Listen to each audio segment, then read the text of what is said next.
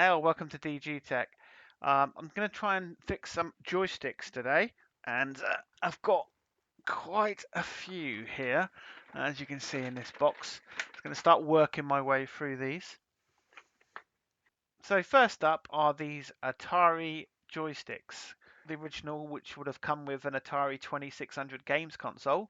So I'll be testing these on an Amiga computer and show the testing of those coming up. It's important to note there are issues with using certain controllers in some systems. For example, some systems may use a different voltage level or pin configuration, which could end up damaging a system. For example, Mega Drive controllers have a lot more buttons and may cause issue when used on the Amiga, for example. The specific pin assignments for each function, for example, up, down, left, right, and fire, might actually differ between the systems. So it could result in sort of incorrect control mapping, such as pressing the fire button, which causes maybe a movement action instead. And even if the hardware is compatible, some software may be specifically designed to work with the original controllers of the system, so potentially leading to issues with in-game control and responsiveness. The single action button will make it irrelevant for some systems, or they will fully work but may have limited actions in the game. So let's get on with the first one. As you can see on the base, it's got an X3 here. I'm not sure exactly what that means. Maybe to identify the control of the port, or could be something else. It's got strain relief there, and about four screws in the base there. You notice there's no sort of suction caps to keep it like stuck to the table. So you're supposed to hold these in hand. One hand will control the button and support the pad, and the other hand will move the joystick about.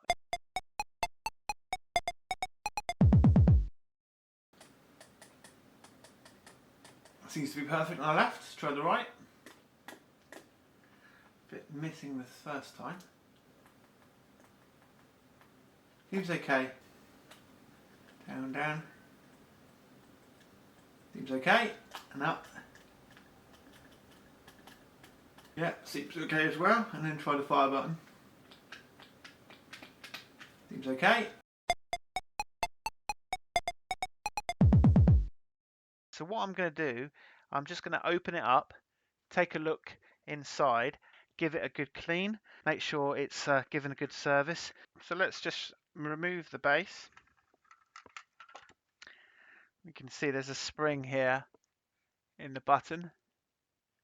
So we'll put that to one side. And it looks like the piece of rubber is kind of physically connected to this whole unit, so it doesn't look like this pulls out. Looks like it's actually got clips around the side here that you could probably remove. Have a look inside here. So it looks like there's a piece of a PCB that it pops out easy there. Unfortunately, the cable is kind of keeping it in, but it looks like you can pop that up like that and bring the sort of cable through there. So that gives us a little bit easier way of looking at this board. So it shows the colors on the board here: orange, green, blue, black, white, and brown. So this tested fine, so it doesn't seem to be any issues. It'd be nice to perhaps get some clean out under there just to make sure that it would last. It has a kind of sellotape or a seal over the top, so that makes it difficult. There's signs of wear and tear there, but I think it's okay. Nothing on the other side, so very, very simple design. So we clearly see, if we look at this, we can see that orange is actually the fire button. So when that fire button is depressed, the orange will signal, indicating the action button being pressed. Up would be green, down would be brown, the left would be blue, and the right looks to be white. So there's the color code, and there's obviously they would fit the pin out of the D9 connector. The board identified here is C017025B.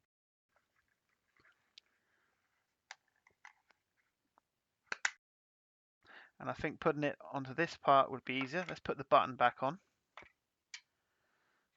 Okay, and then we got the fire button in the top right here. So let's make sure that goes in the right position.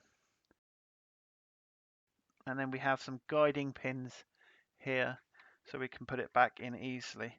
So once that is in position, I'm going to turn it over and try and put the base on without disturbing the rest of it. And there we go. Let's put the screws back in and then we'll just give it a clean. Got some isopropyl alcohol.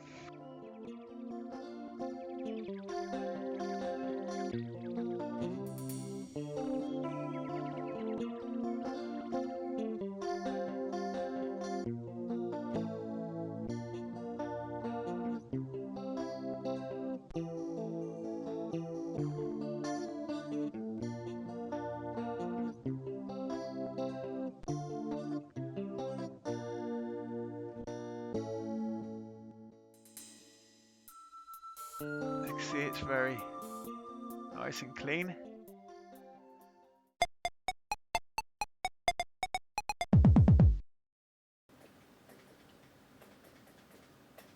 Seems okay. Right.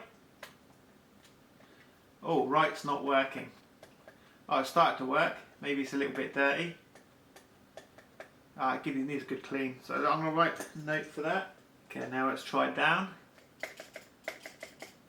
Seems fine, and up. Seems fine as well. They're all a bit dodgy to start going. It seems like maybe it needs a good clean. Fire button. The fire button feels weird, like it's stuck in.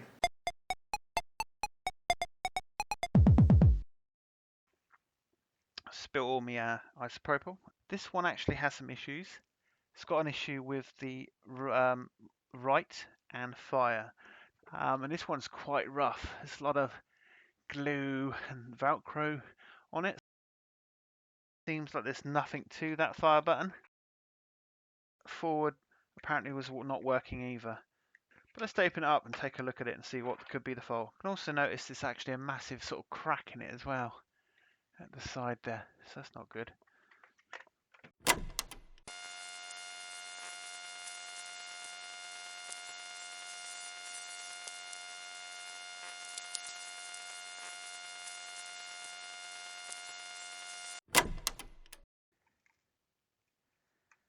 Okay, this one was rattling, and a bit of plastic as well has been broken. You can probably see that now. So those are the pieces. So let's detach the strain relief here. Another piece is broken. That come off pretty easily. It's quite a solid lump of plastic. So when that fire button is depressed, it's just going a little bit but not really move. So could be that the metal pad there's deformed. We need to remove the film off the PCB. That's coming off quite easily. I don't want to bring it all the way off. I've removed the tape. You can see that the contact is stuck to the back of the tape here. The cables are all connected fine. Let me get the multimeter out just to measure that continuity when we press that button to see if it's getting a good contact. It should beep when we get a successful continuity.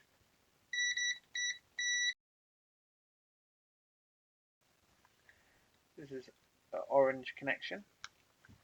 So let's see what it does now. We're not getting anything at the moment. Oh, there we go. If I press hard enough, we can get something. So I'm just going to use some isopropyl alcohol to clean the contact. Isopropyl is very good at getting rid of sticky substances as well, so that looks good to me.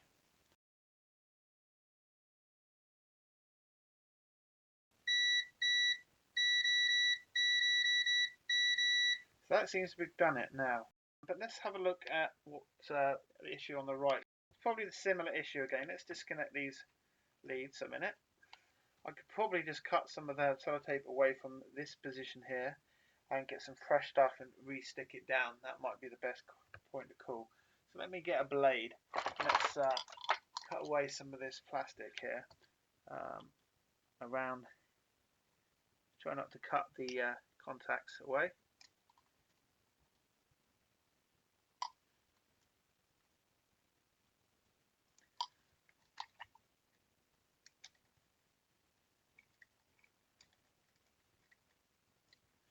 not going to be easy.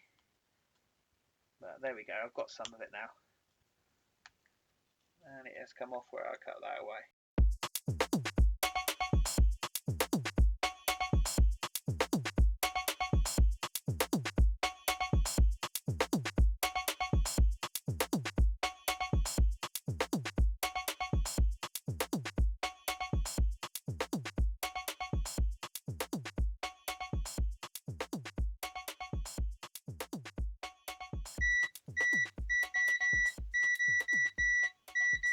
Perfect. In fact, what I need to do is actually replace the tape on this section. So let's go ahead and just per section here. That would be perfect, I think. Then we'll just remove this excess of tape. I just want to test the fire button again.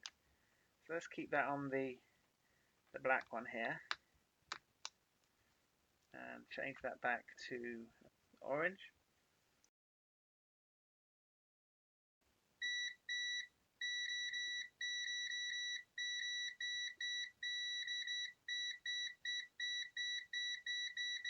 That seems to be consistent. Okay, so let's test the rest of these. So I'm going to test the next one, which is this one here. It's which will be up or forward, whichever you want to call it.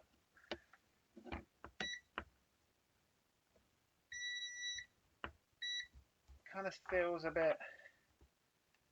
Well, that seems a bit hit and miss as well. So I'm going to give that a clean, take that off, do the same process. I expect I'm going to have to do this with all of these.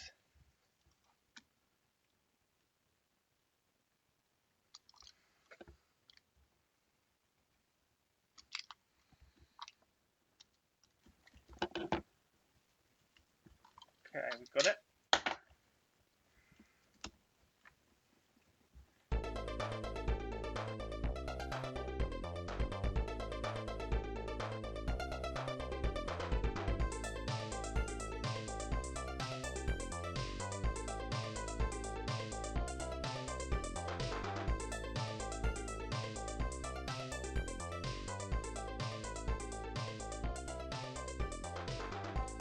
That looks perfect to me. Okay, and I'm going to just cut off the excess here that I don't need.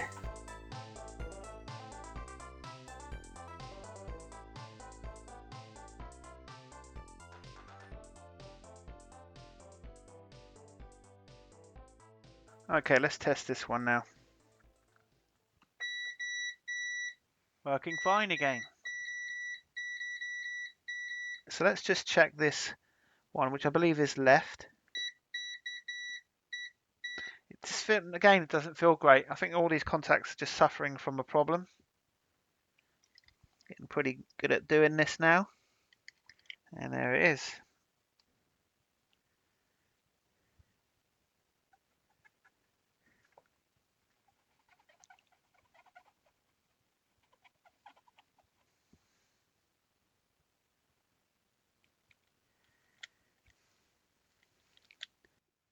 And so we'll test the left side now.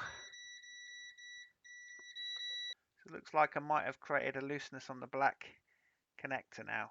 You can see it's kind of, it pops out a little bit here.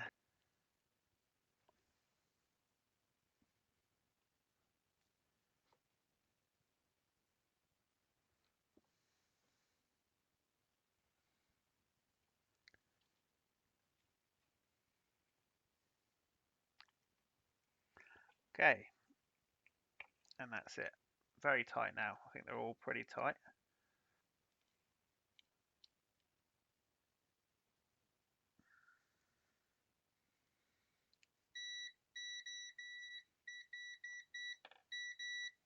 Okay, so that's all of the buttons taken off, cleaned, and sellotaped. So now just putting it back together. In fact, I need to fix the broken plastics here before I start to put this back together.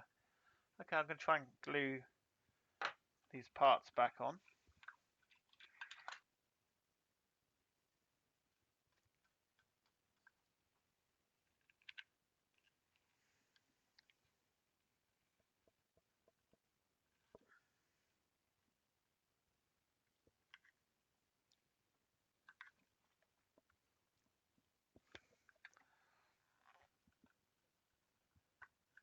Okay.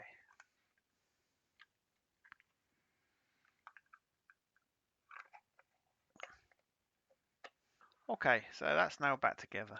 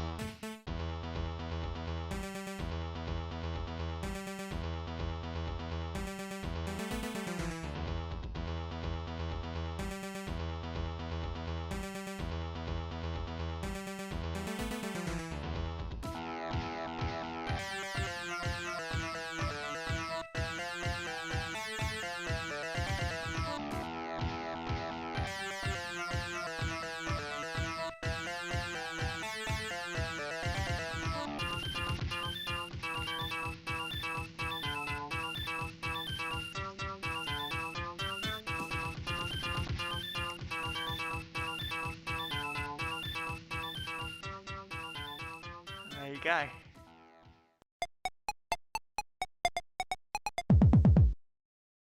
Left again. Seems okay, and right.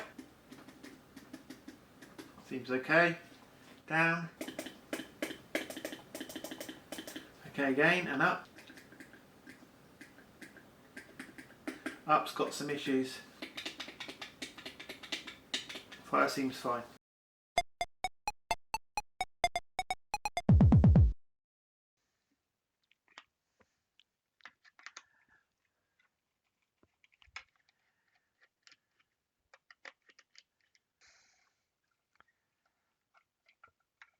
Okay, slightly different. The spring is concaved, and it kind of sits on the button better. Looks like the plastic's a lot whiter. Maybe this is a newer design. Rubber less rigid than those others. This has got a problem with the up. This one feels a lot more clicky.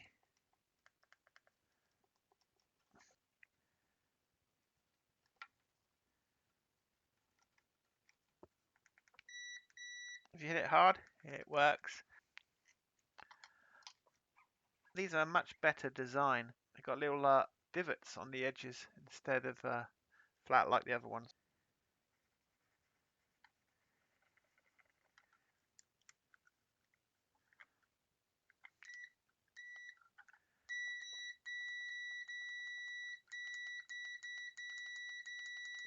I'll do the same thing as I did on previous. Remove all of the buttons and put new tape on them after cleaning them, and then they should be absolutely fine. Okay, that's all done very, very quickly. It's a testing phase. This to the black there. And alright, let's test them all. Let's try the fire button first. Perfect. Then we'll try the next one, green, which is up, I believe. Perfect. And then we'll try the next one along there, blue, which is left. Perfect. And the next one is white, which is this one, I believe, on the right. And lastly, brown, which is the bottom one here, which is down. Perfect. Let's get it back together.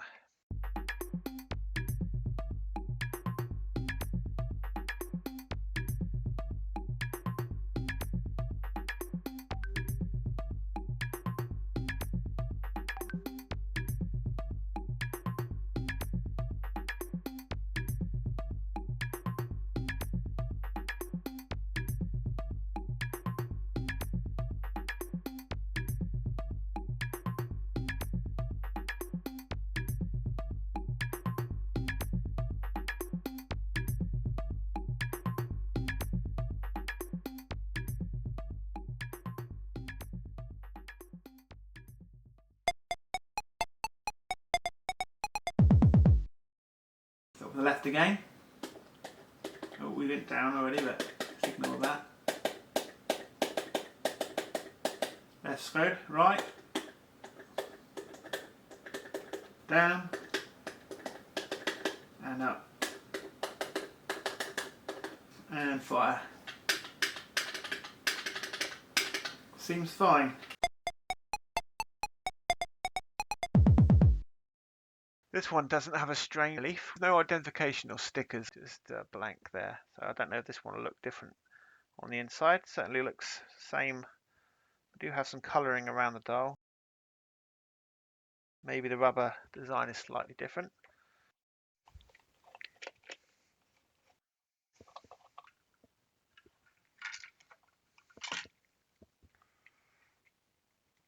Okay, this one, loose spring. That now seems the same. Ah, this is a different design.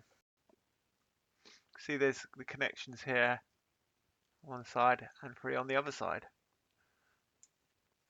I think you can probably see the board revision number there. Looks like these have actually been cut off originally there and then soldered directly to the edge. The strain leaf is there, but it's inside. Maybe a different cable has been added to it.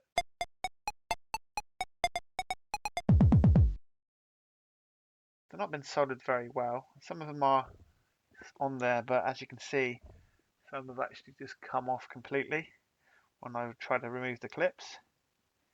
So whoever did this didn't do a very good job. I mean, that one's barely hanging on. Okay, so quick update on this one. My camera ran out of battery during filming, so you missed some of the footage. Broken wires, it just got worse as the more I tried to fix them. So I thought not to go ahead with fixing this one anymore. And you can see it's in parts at the moment, I just salvaged some of the parts out of it. But I've used the majority of the parts here on this one. This was number 2, which had the damaged base and had the broken screw posts that I glued.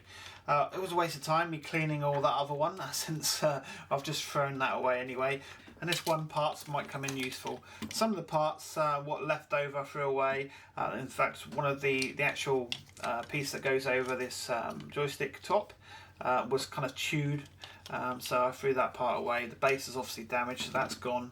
I've kept the wire just in case, and of course got the actual button.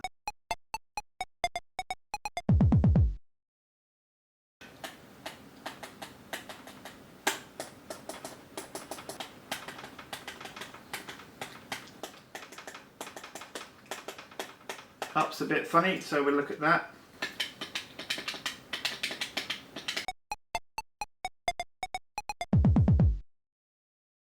Cut the contacts off the board.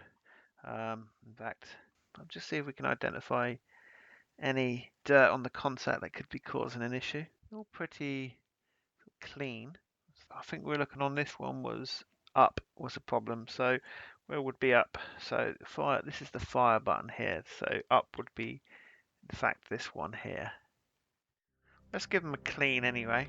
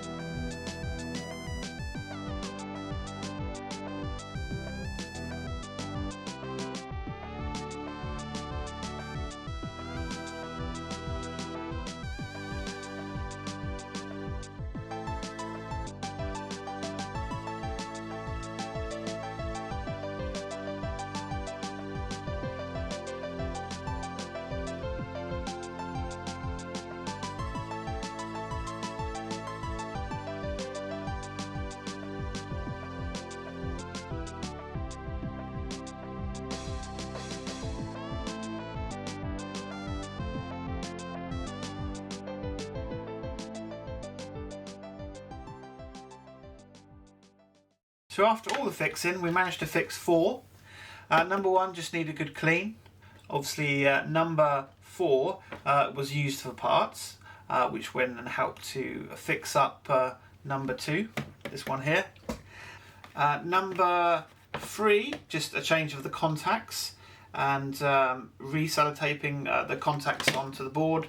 Number 5, you actually didn't show you this one, but this one is exactly the same as 3, and you did actually see the changing of the contacts under the microscope. So that's the 4.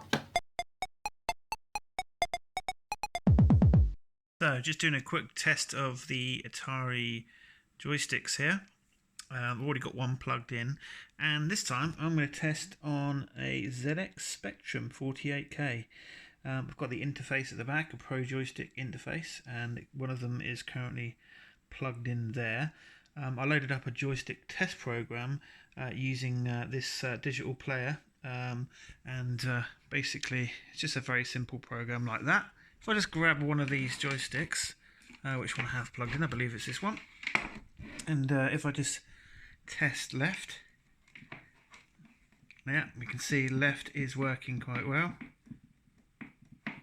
and then we try right. Again, right is working, just toggling it on and off, and then up is working fantastically well, and down, again down is working really well. Okay, so I'm just testing the next one. This one makes a nice satisfying click noise. Let's go down. Beautiful. And left. Right. Not so much of a click, but it's still working very, very well. And lastly, fire. Yeah, no problems there. Excellent. And again, this is the 3rd one.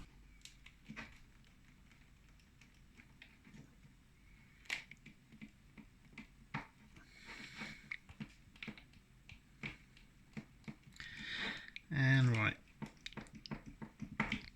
Lastly, fire. Excellent. Testing the final one.